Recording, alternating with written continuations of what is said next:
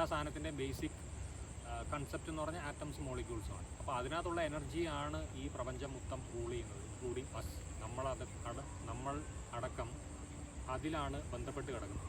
അപ്പോൾ നമുക്ക് ഇതിൻ്റെ ഒരു ഒറിജിനൽ സോഴ്സ് ഇല്ല. നമുക്ക് ശുദ്ധമായിട്ടുള്ള വെള്ളം ഇല്ല, നമുക്ക് ശുദ്ധമായിട്ടുള്ള, നമ്മൾ മണ്ണിൽ ചവിട്ടി നടക്കാറില്ല, നമുക്ക് ശുദ്ധമായിട്ടുള്ള വായു ലഭിക്കാറില്ല.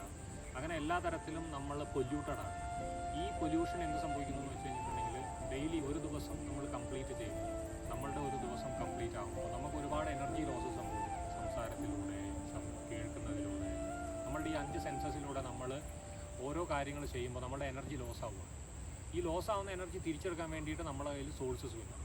ഇങ്ങനെയാണ് ഒരു 5 എലമെൻസിൻ്റെ ഒരു ഇംബാലൻസ് നമ്മളുടെ ശരീരത്തിലും മനസ്സിലും സംഭവിക്കുന്നത്. ഈ ഇംബാലൻസിനെ മെയിൻറ്റെയിൻ ചെയ്യുകയാണ് ഹെൽത്തി ആയിട്ടുള്ള ഒരു ലൈഫ് സ്റ്റൈൽ രൂപപ്പെടുത്തിയെടുക്കാൻ വേണ്ടിയിട്ട്